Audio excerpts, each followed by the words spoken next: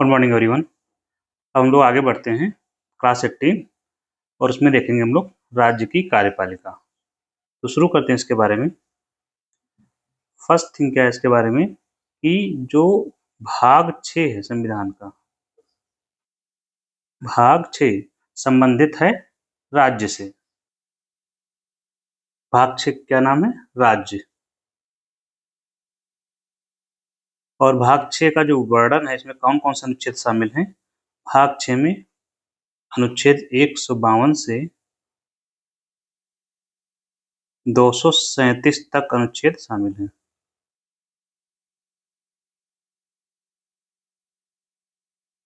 इसी में राज्य के बारे में वर्णन किया गया है। राज्य की कार्यपालिका, विधायिका, न्यायपालिका सब कुछ इसी में है।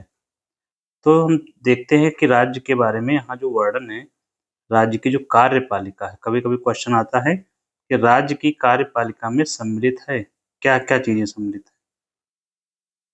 कार्यपालिका जैसे केंद्र की होती है या संघ की, केंद्र सरकार की या संघ सरकार की, वैसे ही राज्य की होती है। तो इसमें आपका राज्यपाल शामिल होगा।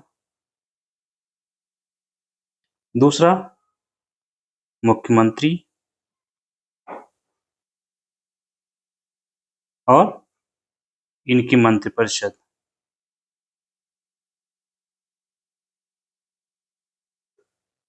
प्लस राज्य का जो महाधिवक्ता होता है ये भी इसी का पार्ट होता है।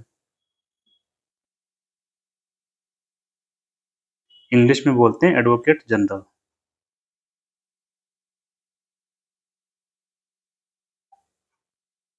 तो वन बाय वन हम शुरू करते हैं। पहले हम गवर्नर देखते हैं, फिर आगे मंत्रिपरिषद की ओर बढ़ेंगे। राज्यपाल, इंग्लिश में बोलते हैं गवर्नर। व्यवहार में हम लोग कहते हैं बहुत बड़े गवर्नर हो गए हैं, तो वो वाला गवर्नर नहीं है जो राज्य का गवर्नर होता है, हम उसकी बात कर रहे हैं। ठीक है।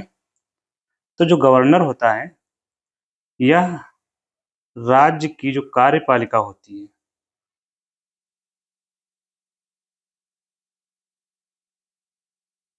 राज्य की कार्यपालिका का प्रमुख होता है।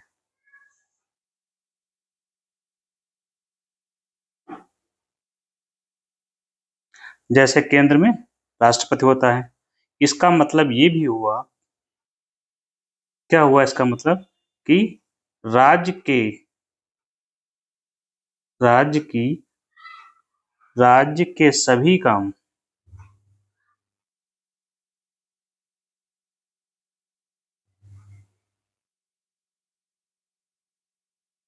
राज्यपाल के नाम से किए जाएंगे।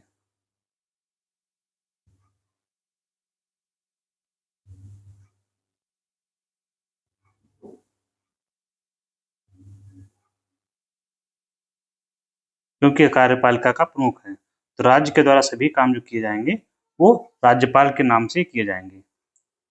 एक और चीज होती है राज्यपाल के बारे में कि राज्यपाल राज्य का संवैधानिक प्रमुख होता है, संविधान द्वारा नियुक्त राज्य का संवैधानिक प्रमुख कॉन्स्टिट्यूशनल हेड होता है।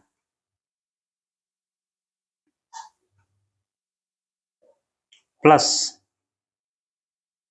इसे केंद्र सरकार का एजेंट भी कहते हैं। केंद्र सरकार का एजेंट कहा जाता है।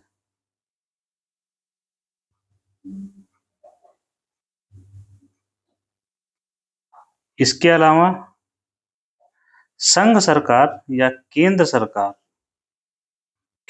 से तात्पर्य इस समय जो मोदी सरकार या संघ सरकार, केंद्र सरकार और राज्य सरकार के बीच सेतु का काम करता है। राज्य सरकार के मध्य सेतु का काम करता है।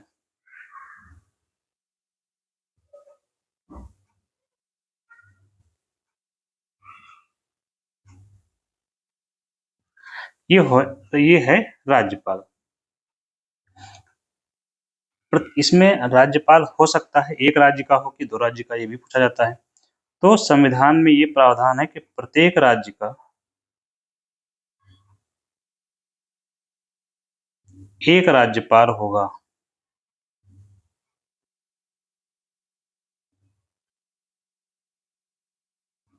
और इससे अन्य राज्यों का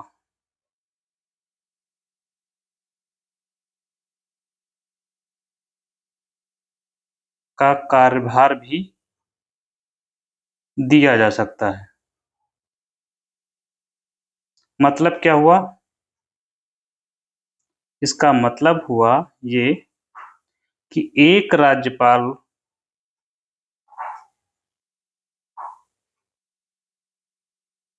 इसका मतलब हुआ 2 राज्यों का एक राज्यपाल हो सकता है।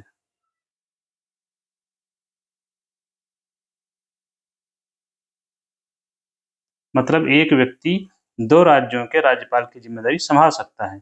मान लीजिए कि राजस्थान और एमपी हैं, तो यहाँ पर एक ही राज्यपाल को नियुक्त करके काम चलाया जा सकता है। मान लीजिए किसी को एक्स को नियुक्त करके काम चला सकते हैं। जब एक्स को नियुक्त किया जाएगा तो इसका वेतन की समस्या आती है। इसको वेतन कहाँ से दिया जाएगा? जनरली जिस राज्य का राज्यपाल होता है उसका वेतन वही राज्य देता है। यहाँ पर क्या होगा? तो यहाँ इसका वेतन दोनों राज्यों द्वारा साझा किया जाएगा, एमपी द्वारा और राजस्थान द्वारा। जहाँ का काम करेगा वही वाला वेतन देगा, सीधी सी बात है। 2 राज्यों का काम करेगा तो 2 राज्य वेतन देंगे। बट इनका वेतन किस अनुपात में होगा? मतलब ये दोनों राज्य किस अनुपात में शेयर करेंगे? किस अनुपात में वेतन देंगे, यह राष्ट्रपति तय करेगा।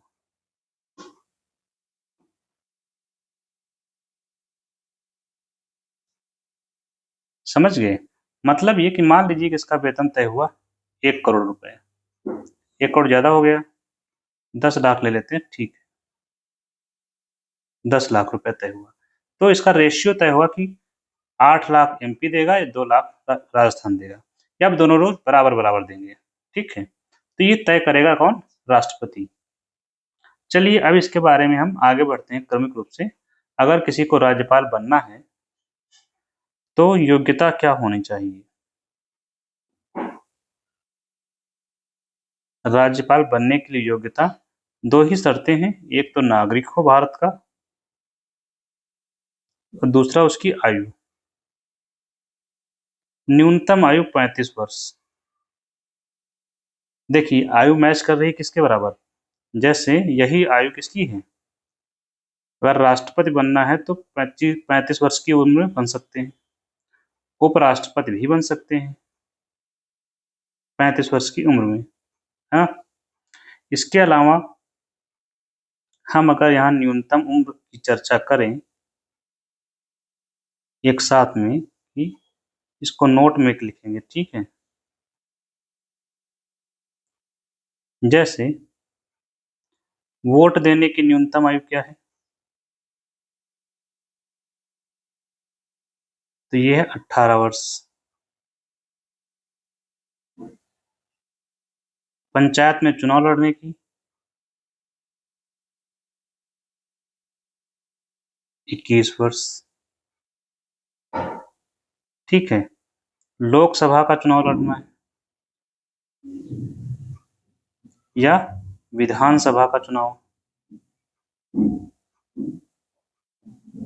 25 वर्ष, और राज्यसभा का चुनाव लड़ना है तो 30 वर्ष। ये हो गई योग्यता संबंधी कुछ अलग से बातें। योग्यता। अब इसके बाद आता है नियुक्ति।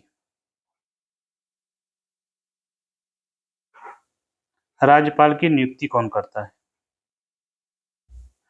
तो नियुक्ति होती है राष्ट्रपति द्वारा।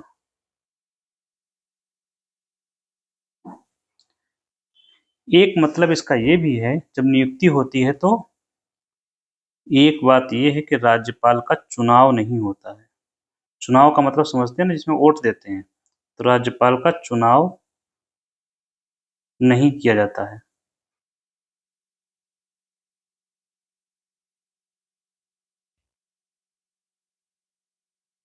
बल्कि उसकी नियुक्ति होती है। नियुक्ति कौन करता है? राष्ट्रपति करता है। तो राष्ट्रपति से इस मामले में राज्यपाल भिन्न है, क्योंकि राष्ट्रपति का क्या होता है? चुनाव होता है। तो नियुक्ति होती है राष्ट्रपति के द्वारा। और इसका कार्यकाल कितना होगा या पदावधि क्या होगी?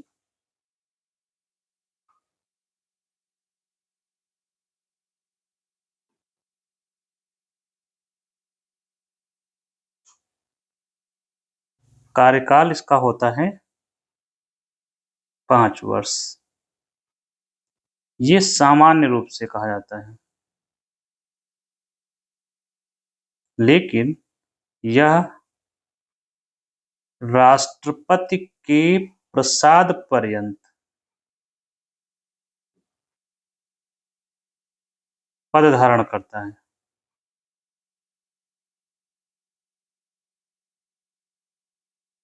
प्रसाद पर्यंत पद धारण करता है। प्लेजर ऑफ राष्ट्रपति।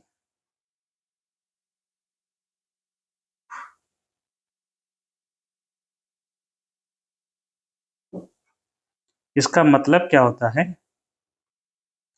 जब तक राष्ट्रपति की इच्छा है।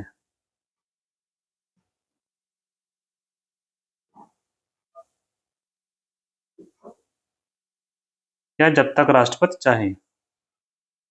इच्छा राष्ट्रपति के यहाँ जो लिखा है, इसका मतलब क्या हुआ?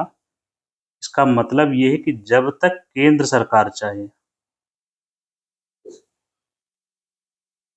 केंद्र सरकार चाहे।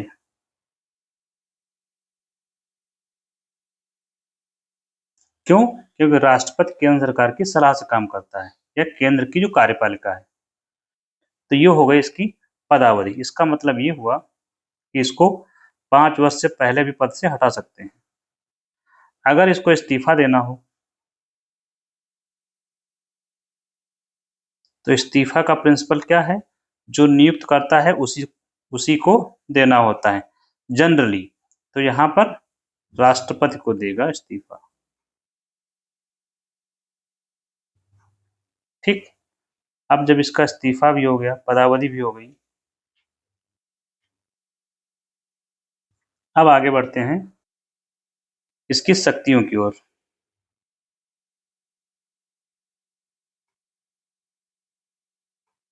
हम इसकी अगर शक्तियों को देखते हैं तो जैसे कार्यपालिकाई शक्तियां।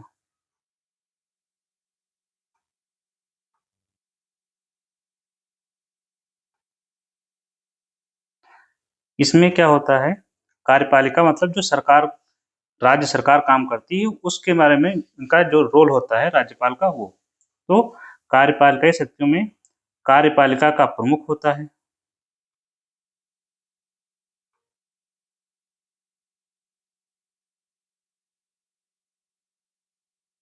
लेकिन ये कौन सा प्रमुख है? ये नाम मात्र का प्रमुख होता है।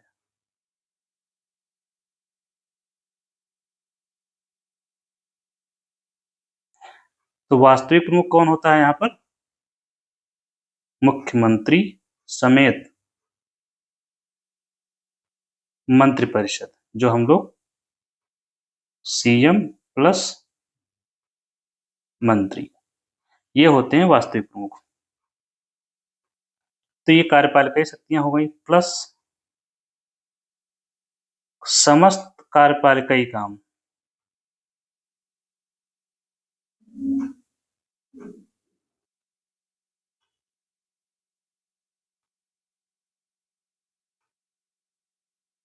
शक्तियां राज्यपाल में निहित होती हैं।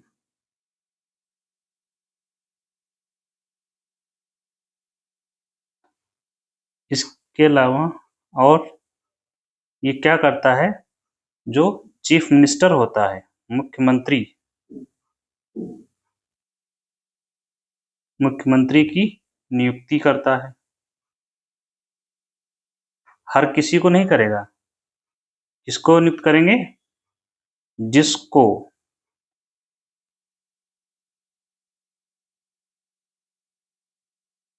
विधानसभा में बहुमत प्राप्त हो।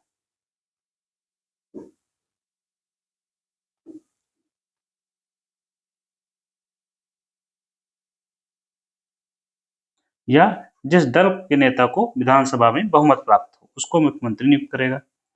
इसके बाद मंत्रियों की नियुक्ति करेगा।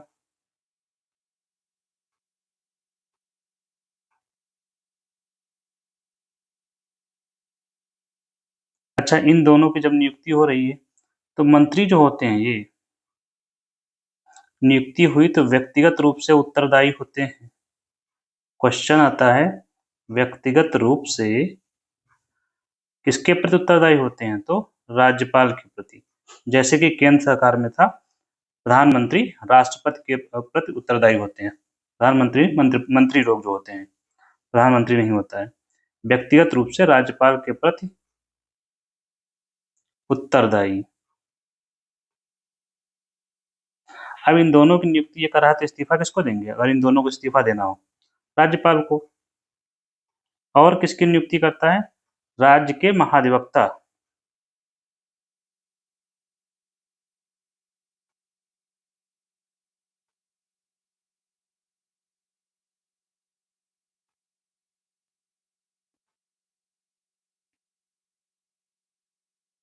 प्लस राज्य वित्त आयोग की नियुक्ति।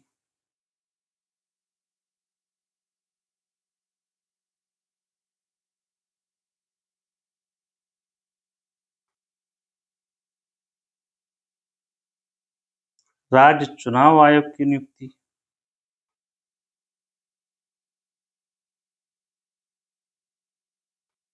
तो ये काम इसके हो गए सारे कार्यपालिकाई काम। नेक्स्ट है इसकी शक्ति, विधायी शक्तियां।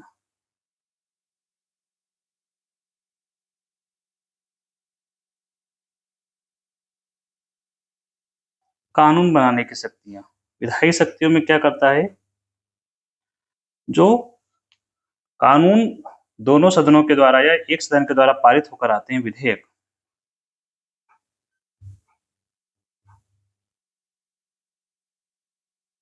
विधानसभा व विधान परिषद, जहां विधान परिषद है वहां दोनों सदनों से पारित होता है विधेयक। तो विधानसभा व विधान परिषद द्वारा पारित किए गए विधेयकों पर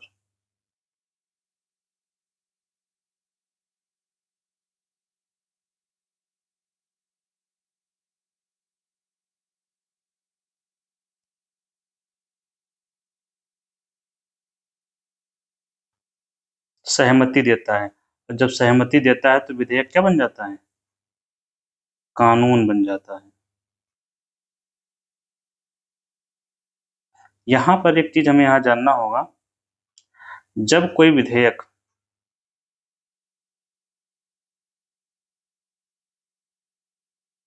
राज्यपाल के पास आता है,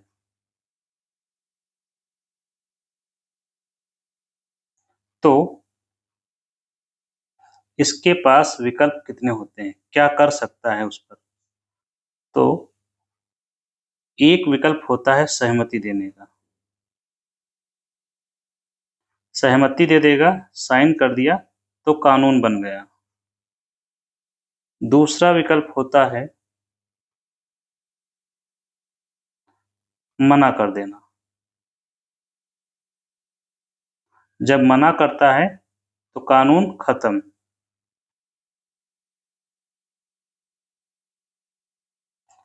खत्म से अच्छा है, कानून नहीं बन पाता है विधेयक।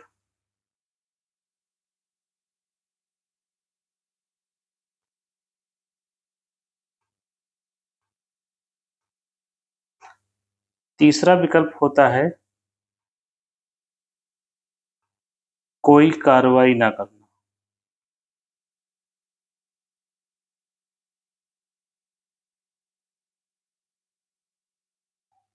चौथा विकल्प होता है वापस कर देना।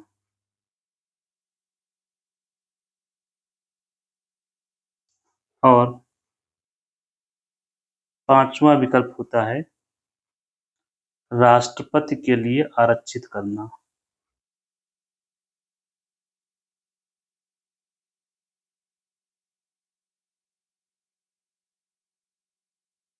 ये शक्तियां कौन से अनुच्छेद में हैं?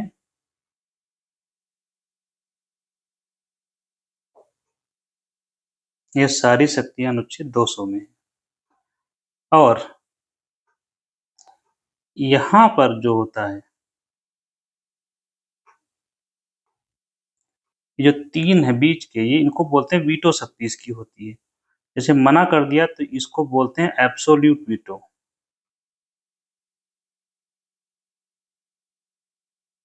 कोई कार्रवाई नहीं करा, पड़ा हुआ है, तो ये हो गया पॉकेट वीटो। वापस कर दिया, इसको बोलते हैं सस्पेंशन वीटो।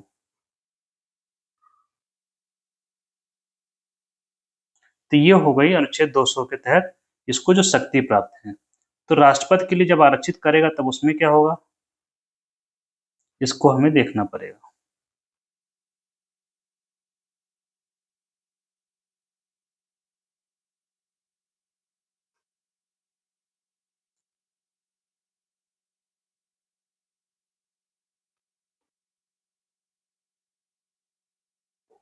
जब राष्ट्रपति के लिए विधेयक आरक्षित करेगा तो ये राष्ट्रपति के पास भेजेगा।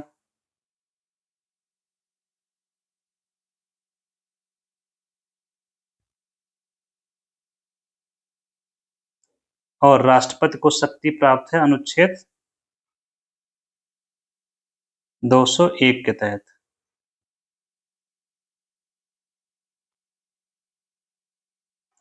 राष्ट्रपति क्या विकल्प है? राष्ट्रपति के पास विकल्प हैं असीमित। एक तो वो मना कर सकता है, दूसरा हो सकता है वो सहमति दे दे, तीसरा हो सकता है वापस कर दे, हो सकता है कार्रवाई न करे। सारे विकल्प ओपन है राष्ट्रपति के पास, कुछ भी कर सकता है। यहाँ तो विधेयक खत्म ही हो जाएगा, यहाँ विधेयक बन गया। वापस कहाँ जाएगा? राज्यपाल के पास, और राज्यपाल भेजेगा विधानसभा को। ठीक, विधानसभा फिर पारित करे, मान लीजिए फिर पारित, और फिर पारित होकर राज्यपाल के थ्रू राष्ट्रपति तक जाएगा, तो राष्ट्रपति फिर भी बाध्य नहीं है।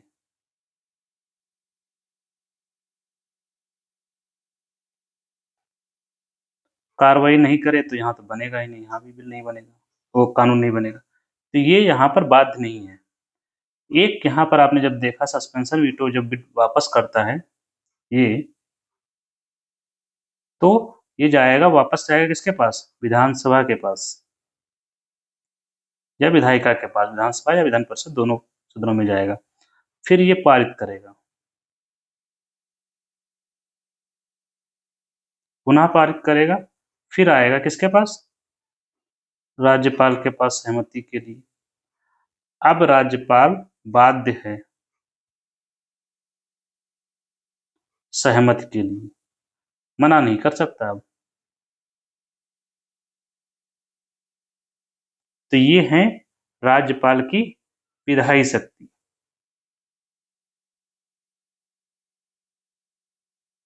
नेक्स्ट क्या है, हम देखते हैं आगे राष्ट्रपति की क्षमादान शक्ति। राष्ट्रपति की कहते हैं, राज्यपाल की।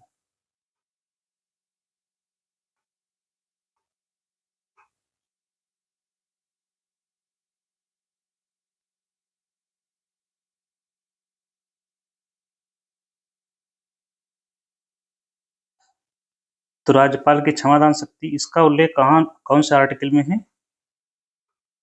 अनुच्छेद 161 में। क्या क्या कर सकता है? इसको क्षमादान की शक्ति केवल राज्य सूची के विषयों पर है।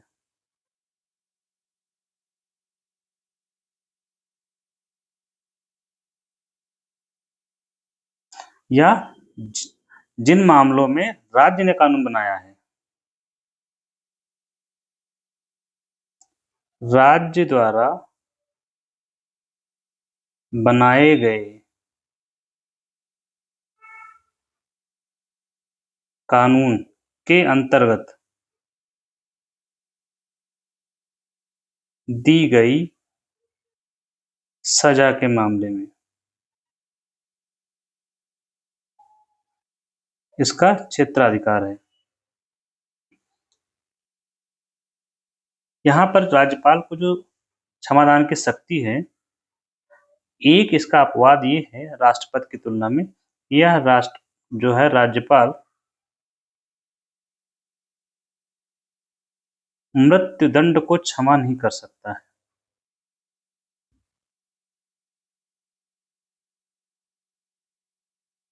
बाकी कुछ भी कर सकता है।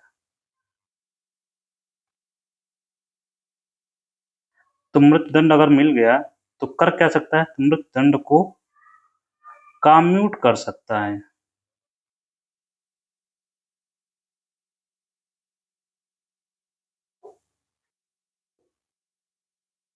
मतलब कम्यूट का मतलब होता है इसकी प्रकृति को बदल सकता है। कम्यूट में क्या होता है? प्रकृति बदलना। दंड की प्रकृति बदल सकता है। तो कम्यूट करके क्या कर सकता है? आजीवन कारावास। पूरा माफ नहीं कर सकता। इसके अलावा उसके पास जो राष्ट्रपति की शक्तियां हैं, सभी शक्तियां इसके पास भी हैं। जैसे लघुकरण,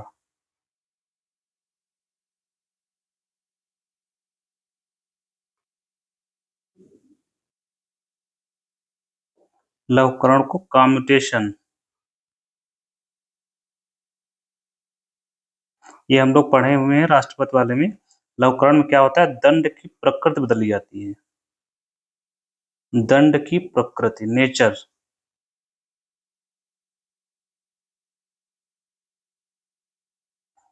जैसे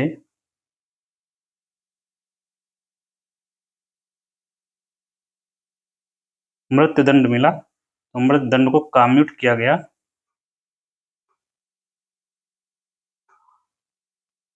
आजीवन कारावास में।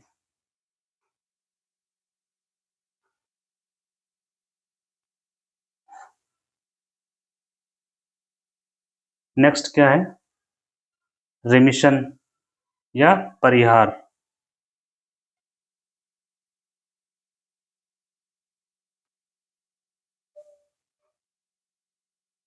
इसमें क्या होता है?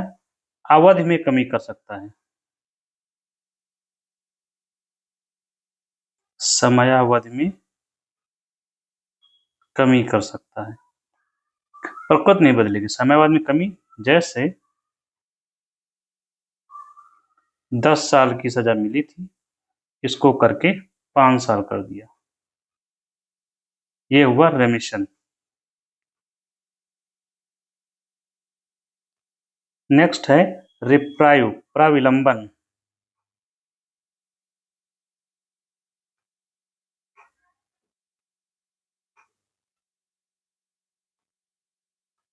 प्रविलंबन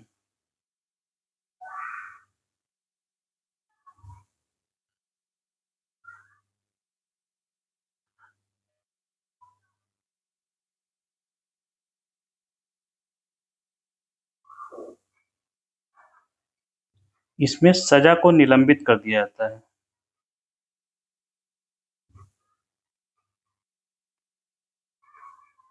सुनवाई के लिए।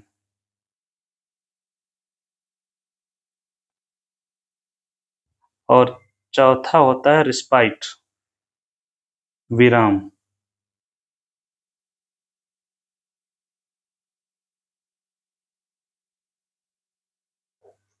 ये दी जाती है विशेष परिस्थितियों में, सजा से राहत दी जाती है।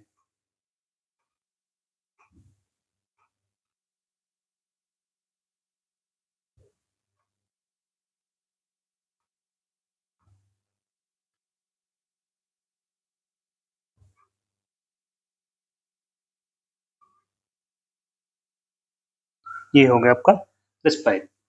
तो हमने सारे नेचर पढ़ ली। ये इनका राज्यपाल की जो क्षमादान शक्ति थी वो। अब राष्ट्रपति से कैसे भिन्न है?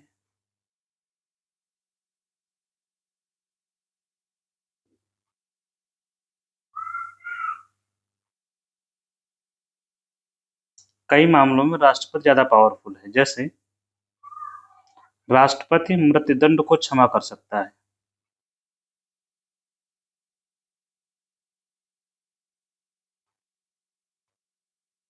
राष्ट्रपति जो कोर्ट मार्शल होता है, सैन्य अदालत के निर्णयों में भी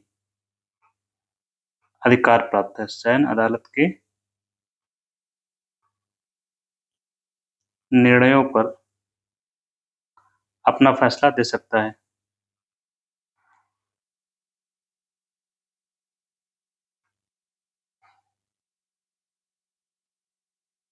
नेक्स्ट क्या है? क्षमादान शक्ति हमने देख लिया राज्यपाल की। नेक्स्ट है राज्यपाल की अध्यादेश जारी करने की शक्ति।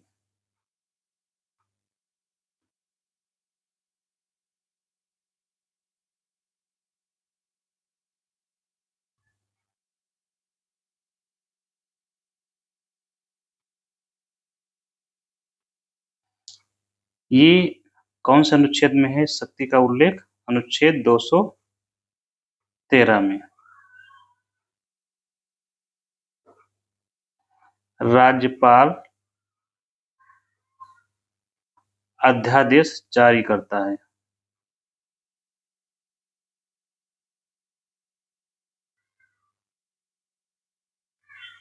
जारी कर सकता है। कब?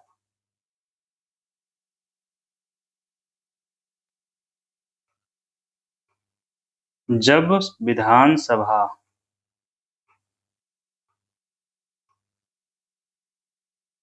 सत्र में ना हो। मतलब ये जब विधानसभा का सत्र ना चल रहा हो या विधान परिषद का ना चल रहा हो, जहां दोनों हैं वहां कोई एक ना चल रहा तभी चल जाएगा, जहां केवल एक है तो वहां तो होगा ही नहीं।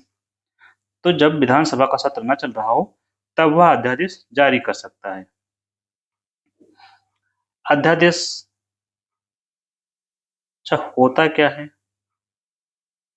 ऑर्डिनेंस बोलते हैं। ऑर्डिनेंस क्या होता है? इसका जो प्रभाव होता है एकदम यह बिल्कुल कानून की तरह होता है।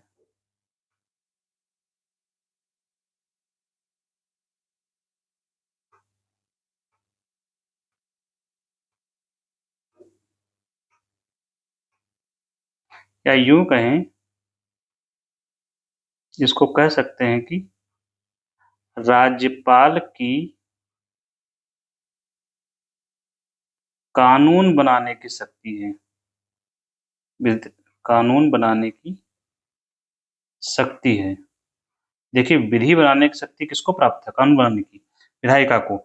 लेकिन विशेष परिस्थितियों में राज्यपाल भी कानून बना सकता है। ऐसे कानून को क्या कहते हैं? अध्यादेश कहते हैं। लेकिन कब बनाएंगे? जब विधानसभा सत्र में ना हो। इसकी वैलिडिटी कब तक होगी? मतलब अधिकतम कितने समय तक अध्यादेश जारी रह सकता है? तो अधिकतम है वही 6 माह 6 सप्ताह। बिना विधानसभा की सहमति के। मतलब ये अध्यादेश जब लाया जाता है और उसके बाद विधानसभा की बैठक बुलाई ही न जाए तो अधिकतम 6 माह 6 सप्ताह तक वह अध्यादेश जारी रहेगा। इसके बाद अध्यादेश स्वतः खत्म हो जाएगा।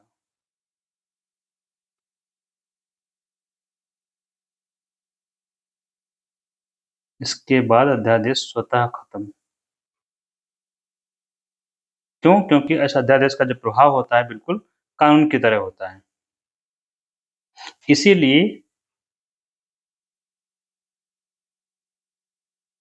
अध्यादेश को जारी करना है।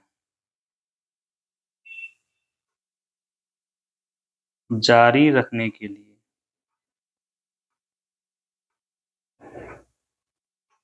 विधानसभा के सम्मुख रखना अनिवार्य है। विधानसभा से पारित करवाना पड़ेगा।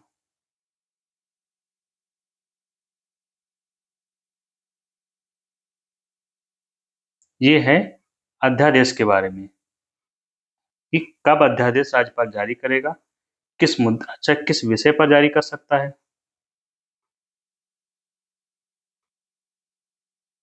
किन विषयों पर जारी कर सकता है। तो ऐसे विषय जिन विषयों पर राज्य को शक्ति प्राप्त है, जिन मामलों में, जिन विषयों में विधानमंडल कानून बना सकता है,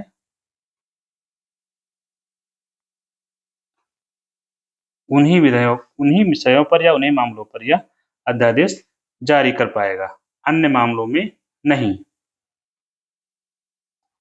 अब हम लोग बढ़ते हैं आगे मंत्रिपरिषद की ओर।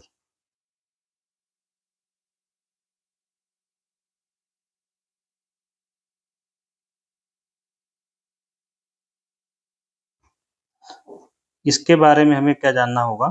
जो मंत्री होते हैं,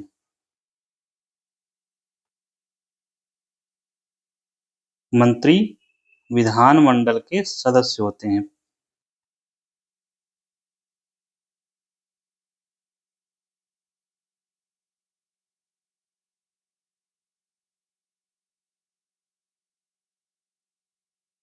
दूसरी बात क्या?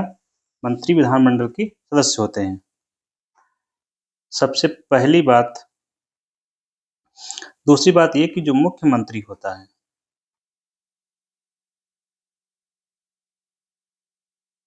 मुख्यमंत्री की नियुक्ति होती है।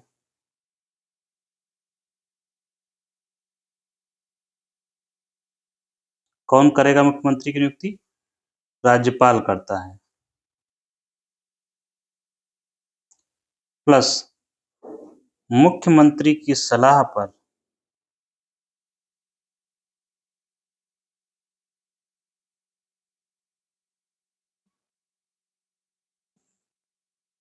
मुख्यमंत्री की सलाह पर राज्यपाल अन्य मंत्रियों की नियुक्ति करता है।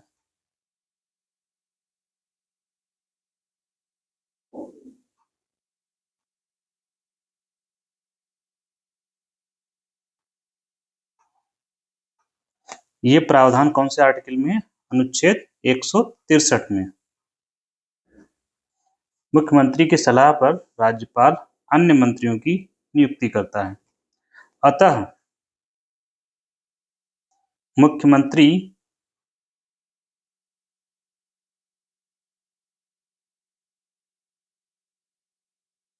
मंत्री व्यक्तिगत रूप से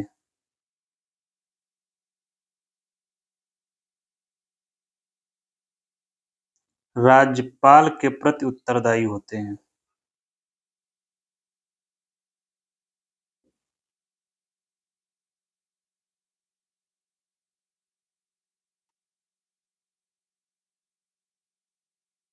और मंत्रिपरिषद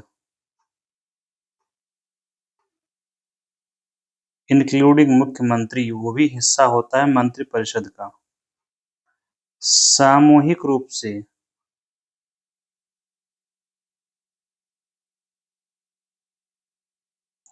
किसके प्रति उत्तरदायी होती है? विधानसभा के प्रति।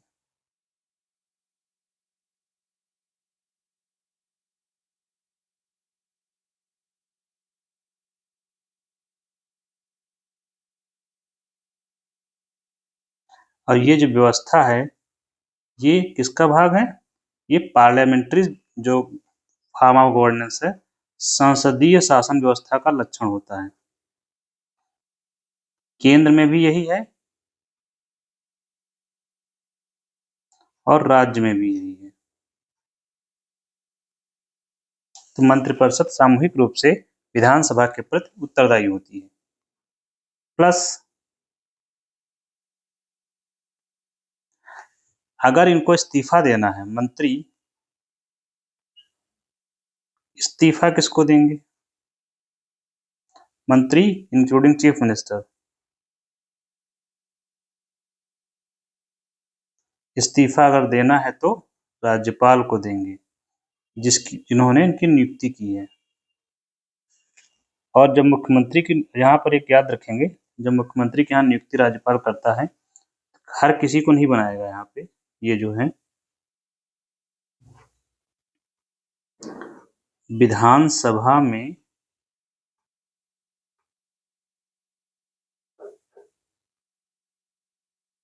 बहुमत प्राप्त दल के नेता को,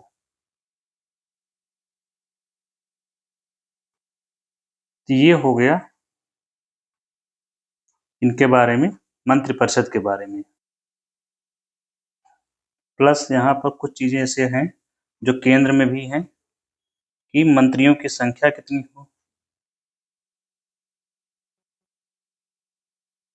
अधिकतम 15%। और कौन सा संशोधन था? 91वां संशोधन। फिर राज्यों में भी इसकी व्यवस्था की गई है। प्लस मंत्री किसी को बनना है, मंत्री बिना विधायक के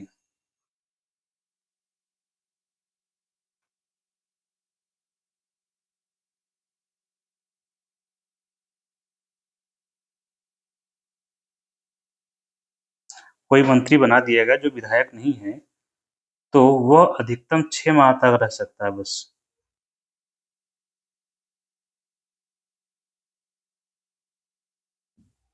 इसके बाद उसे चुनाव जीतना होगा,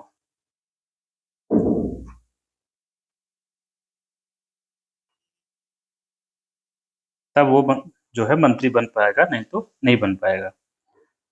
प्लस लगातार 60 दिन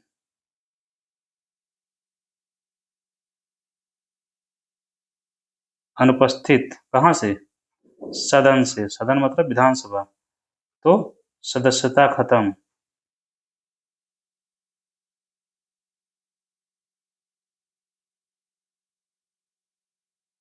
तो ये सदस्यता कैसे खत्म हो सकती है उसके बारे में हो गया। अब हम लोग चलते हैं, अच्छा इससे जुड़े हुए जो आर्टिकल हैं, 2 आर्टिकल हैं। अनुच्छेद 163 मंत्रिपरिषद से जुड़ा हुआ है,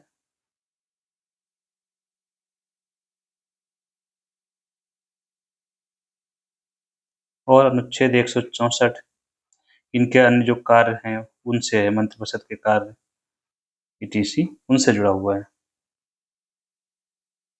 अब हम चलते हैं विधायिका की ओर।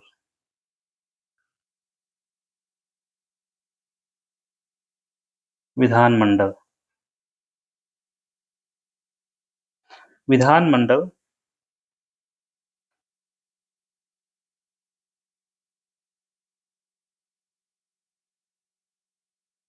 हो सकता है किसी राज्य में एक सदनीय हो और किसी राज्य में द्विसदनीय हो। मतलब कहीं एक हाउस हो सकता है और कहीं कहीं सिंगल हाउस, कहीं कहीं डबल हाउस। एक हाउस जहां है उसका वो कौन सा होगा? विधानसभा। और जहां जिन राज्यों में 2 हाउस होंगे वहां एक होगा विधानसभा और दूसरा होगा विधान परिषद।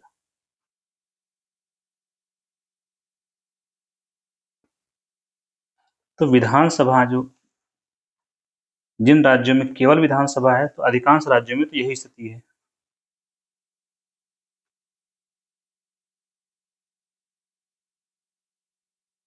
अधिकांश राज्यों में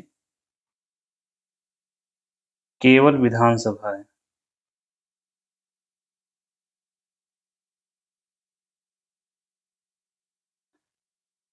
और कुछ राज्यों में द्विसदनीय है, जहां विधानसभा और विधान परिषद दोनों है। कौन से राज्य हैं वो?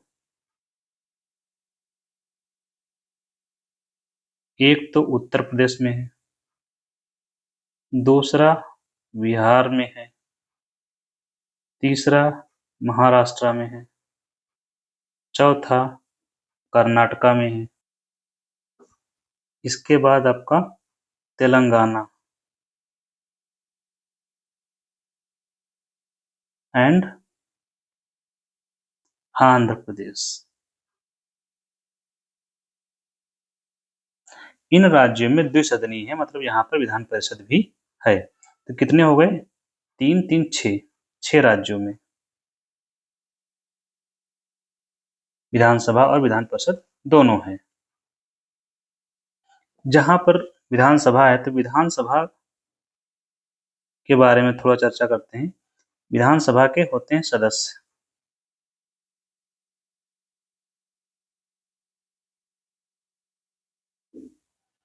चलिए, विधानमंडल जान लिया, हम आगे चलते हैं इसकी संरचना के बारे में।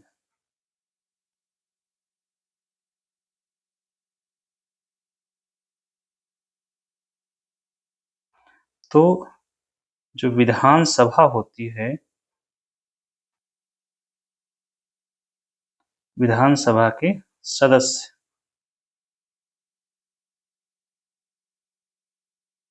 इसकी संख्या भी फिक्स की गई है कि कितनी होनी चाहिए। तो विधानसभा सदस्यों की संख्या अधिकतम कितनी होगी और न्यूनतम कितनी होगी?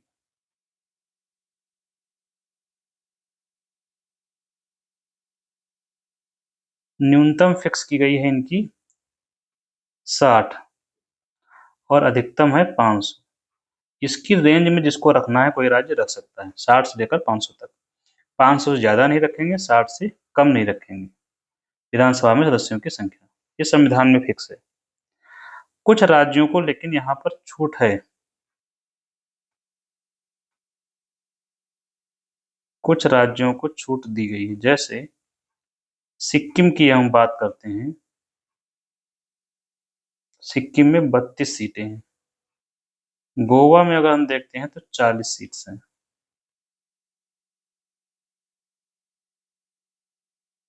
तो ये विधानसभा की संरचना हो गई।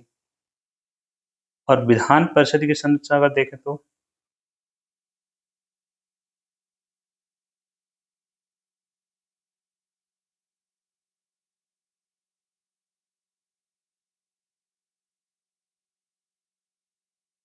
विधान परिषद में जो सदस्य संख्या है,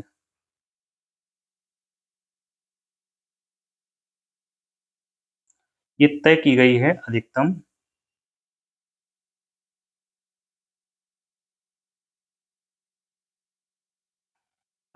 सदस्य संख्या विधानसभा का 1/3।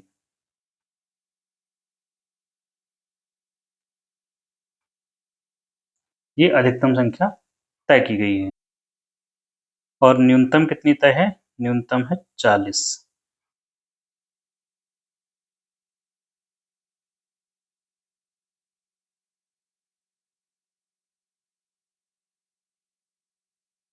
ये विधान परिषद में है।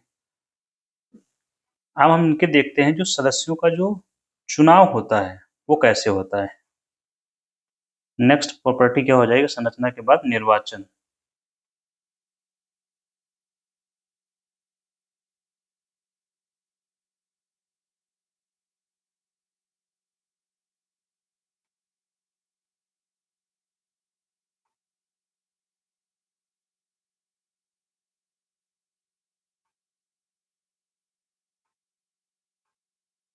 तो विधानसभा विधानसभा का जो चुनाव होता है, प्रत्यक्ष चुनाव होता है।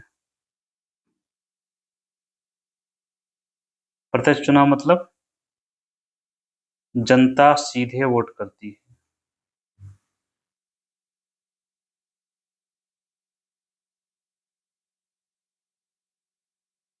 विधानसभा का प्रत्यक्ष चुनाव होता है।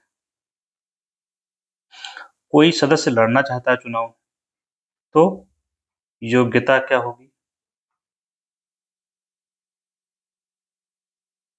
25 वर्ष की उम्र हो, भारत का नागरिक हो, आराम से चुनाव लड़ सकता है।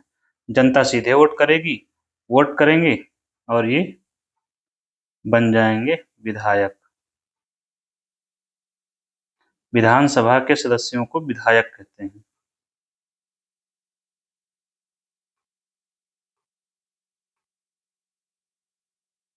जैसे चाचा विधायक हैं, विधानसभा के सदस्यों को विधायक कहते हैं।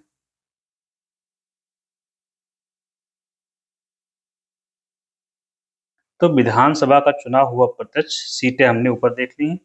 अब हम देखते हैं विधान परिषद के बारे में।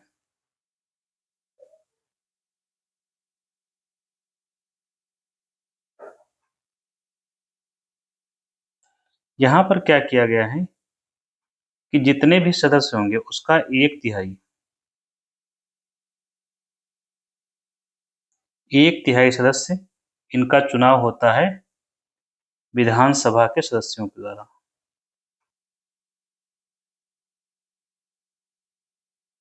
1/3 विधानसभा सदस्यों द्वारा चुने जाते हैं।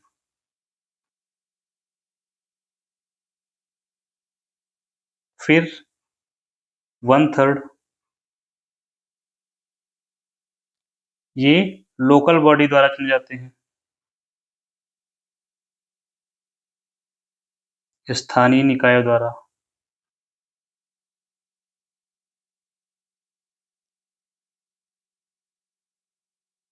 अब बचे 1/3।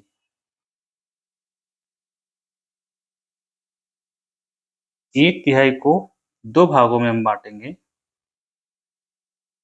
1/6, 1/6।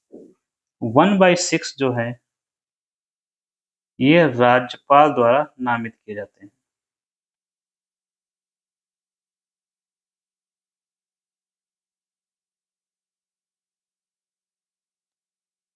क्षेत्र कौन से होते हैं, किन क्षेत्रों से नामित किए जाएंगे? जो राष्ट्रपति वाले में सेम वही है, साहित्य, कला, विज्ञान, समाज सेवा। एक नया क्षेत्र यहाँ अलग है राष्ट्रपति से, वो है सहकारिता।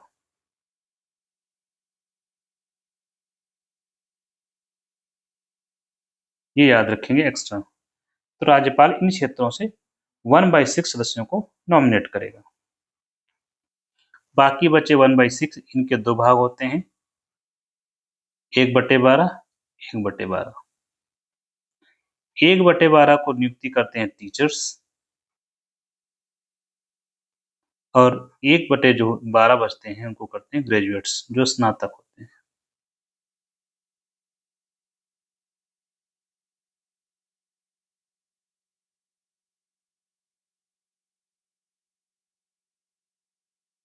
ये हो गया विधान परिषद का गठन।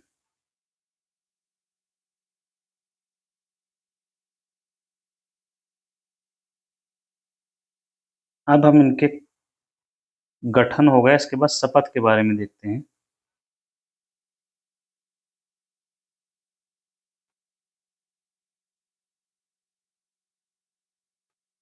तो विधानसभा में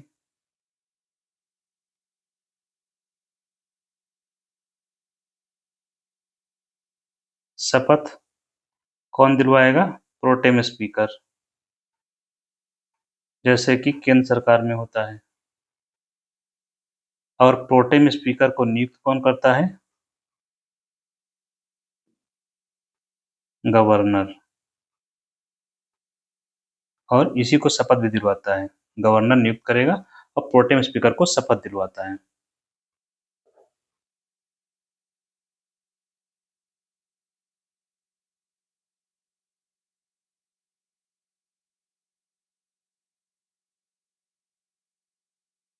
बाकी लोगों को शपथ प्रोटेम स्पीकर दिलवाता है।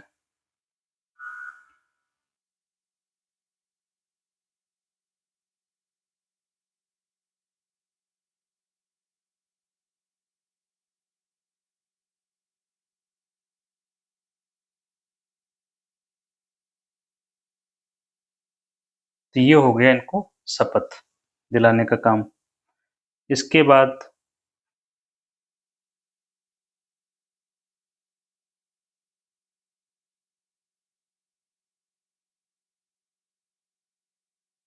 कार्यकाल।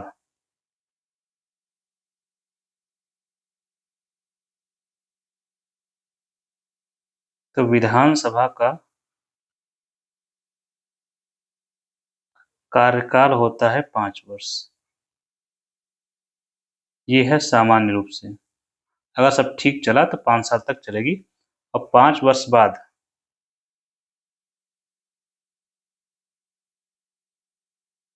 विघटित हो जाएगी। विघटित मतलब खत्म। तो इसके बाद फिर से होगा चुनाव। विधान परिषद क्या होता है? यह एक स्थायी सदन है।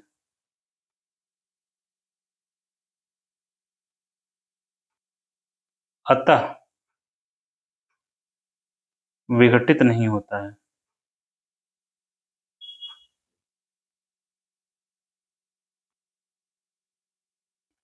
प्लस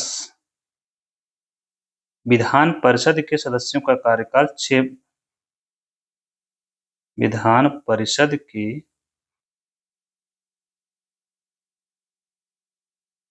सदस्यों का कार्यकाल 6 वर्ष होता है। कैसे? 1/3 सदस्य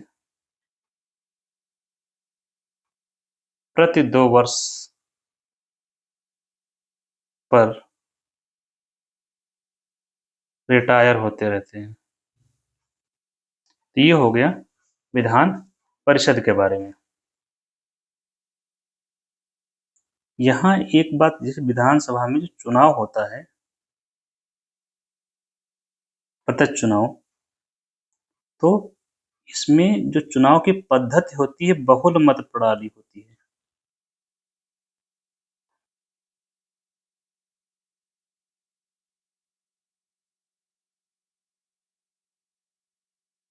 फर्स्ट पास्ट द पोस्ट।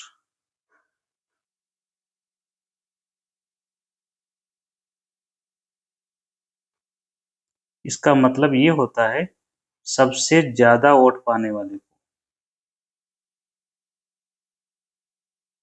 सबसे ज्यादा वोट पाने वाला विजयी घोषित होता है। तो ये निर्वाचन हो गया, इसका शपथ हो गया, कार्यकाल भी हमने पढ़ लिया। एक अलग से हम लोग यहाँ देखते हैं कि विधान परिषद का जो गठन है वो कैसे होता है।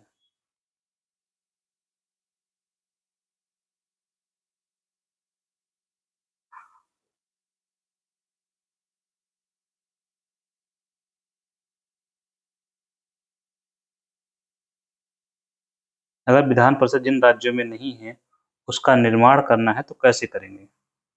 तो इसका प्रावधान लिखा हुआ है अनुच्छेद 169 के तहत विधान परिषद का गठन किया जा सकता है। प्रोसेस क्या है? प्रक्रिया है, इसके लिए एक प्रस्ताव लाया जाएगा और यह प्रस्ताव जो होगा इसे विधानसभा द्वारा पारित किया जाएगा।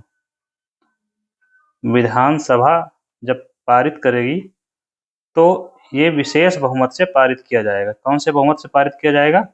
विशेष बहुमत से। और विशेष बहुमत से पारित होने के बाद ये संसद में भेजा जाएगा और संसद इसे साधारण बहुमत से पारित कर देगी, तो मान लिया जाएगा कि अब वहाँ विधान परिषद का गठन कर लिया जाए या कर लिया जाएगा। किसका गठन? विधान परिषद का गठन। तो ये है प्रोसेस इसके विधान परिषद के गठन का या इसकी स्थापना का।